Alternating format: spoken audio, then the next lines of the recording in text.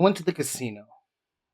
I had the intent of losing $100 playing rock, paper, scissors because I had 1 hour free and I did not want to do any more homework.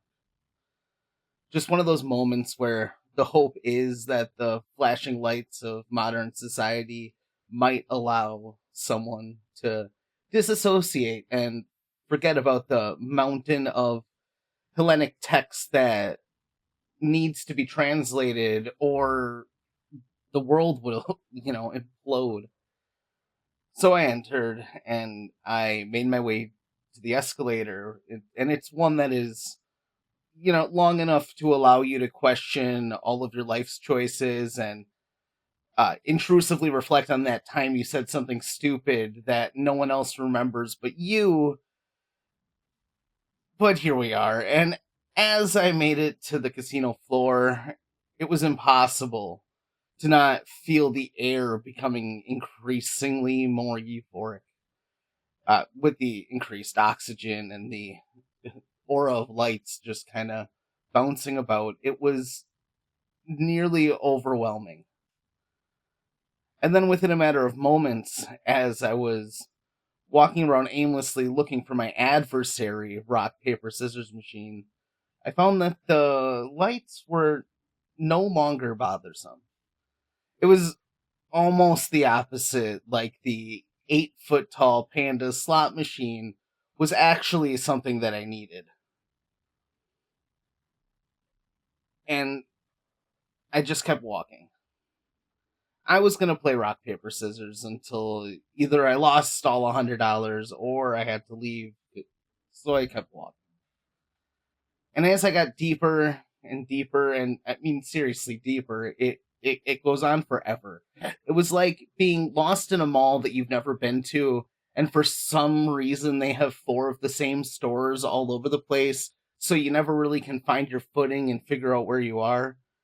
And it was at this point that honestly, I'm no longer looking for my machine. I'm just taking it all in. The lights, the flashes on these insane screens, the people in the seats and the way that they're either slouched like they sunk into a sofa and just mindlessly tapping on the spin button, or they're literally on the edge of their seats with eyes wider than what seems like possible, and they jump at every spin with the excitement of the opportunity that represents. Walking past roulette table, and I could see people jumping up and down with high fives and hugs that were probably total strangers, and they'll never see each other again even. And directly next to it were a set of video crafts machines that had someone there who looked like their being was being robbed out of their body at that exact moment, and he was realizing that his deal with the devil drew ever closer. And I just kept walking. I walked 2 floors of endless slot machines and dopamine inducing flashing lights for about 40 minutes. But halfway through that adventure, in between the first and the third floor of Endless Dreams, and side note, a lot of weird fancy bars that could only be accessed through hidden doors built into the walls that you can only find by seemingly misplaced card readers attached to the wall, that when a card tapped it, just fancy dress clothing people just on the other side of this wall, and then it disappeared like it was never there. But never mind. I went to the second floor, and the second floor. Now this is a casino. The moment those elevator doors opened, that familiar smell of stale cigarettes enters the lungs, and the weight of the room overtakes your being, and holy shit.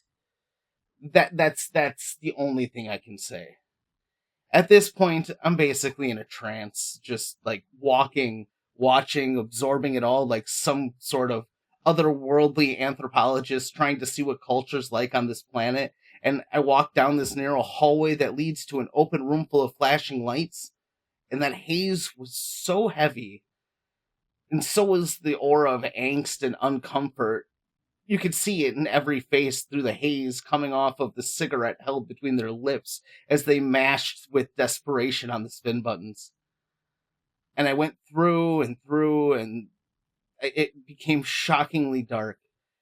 It was shocking that the machines weren't lighting up, that the flashing lights weren't going, and it was, and then I made it to the main room, and that haze, it got even deeper, and the gazes of the people became more zombie like. The room was dark, and the weight of desperation that was looming over the room without the euphoria of magic or the flashing lights, it was painful to experience as I met gazes of people who looked as though they were looking to be saved as they drank their rum and coke at 2 p.m. while enjoying their misty menthol 120 or blue cool hardpack. I spent 5 minutes in there, and I had to leave.